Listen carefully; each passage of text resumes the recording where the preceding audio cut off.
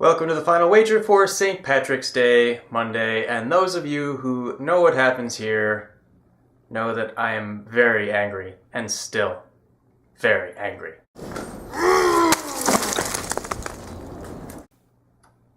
Let's look at why. Jen in the lead, 15,200, Gordon second, 14,400, 12,400 for Thad. Very tight game. The wagers can get interesting, but they shouldn't be as interesting as they were. Alright, let's look at what should have happened. Gordon doubles up. He's going to have 28,800. So to cover him, Jen will need to wager 13,600. If she gets it wrong with that wager, she's going to be left with 1,600. So to stay above her, Gordon can wager up to 12,800. And Thad up to 10,800. Alright, let's look now at second and third. Gordon and Thad. If Thad doubles up, he's going to have 24,800. So to cover that, Gordon needs to wager at least 10,400. If he gets it wrong with that wager, he'll be left with 4,000. So playing outside.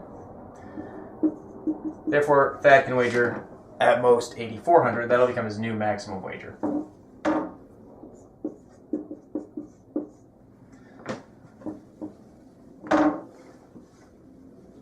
Now for rule number 3. And in a very tight game, the only person who can ever take advantage of rule number 3 is third place, Thad. To cover Jen and Gordon by default, he'll have to wager at least 2,800, but he can also wager up to 5,600, or at least 5,600, to cover an unsafe wager by Jen against him. Not that there would be any reason to suspect that, but you never know. Now let's look at some alternative wagers. Gordon might look at Thad and say, "Hey, Thad, I think you're a rational wagerer. I don't think you're going to wager more than 8,400. So I'm going to cover that instead, because it'll keep me, it'll give me a good downside potential if I'm wrong."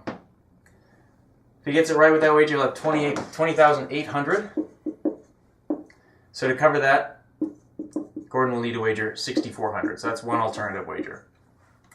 If he gets it wrong with that wager, he's going to be left with 8,000.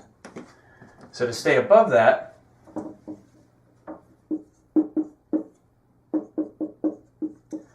Thad will want to cap his wager at 4,400. And of course, then he'd want to cover a zero wager by Jen, which would be 2,800. That's actually the preferable range, I would say, because there's no reason to suspect that either Jen or Gordon will wager so small that a $2,800 wager won't cover them, where a $5,600 wager would. So this is the preferred range in my book. You could also do that if he's feeling a little bit more adventurous. But there's absolutely no reason for any of these players to do what they did here. Thad had two respectable ranges to choose from, went too big. Gordon also went too big. And Jen gets it right, but loses because she doesn't cover. Now, one could argue that maybe she wanted to cover Thad and thought that Gordon might get it wrong and that Gordon might wager to win by $1. The roundness of 10,000 is a little too suspicious for that explanation. Gordon's coming back tomorrow. Jen's going home in second place.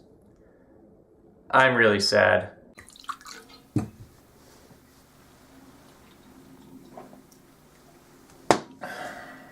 we'll see what happens tomorrow.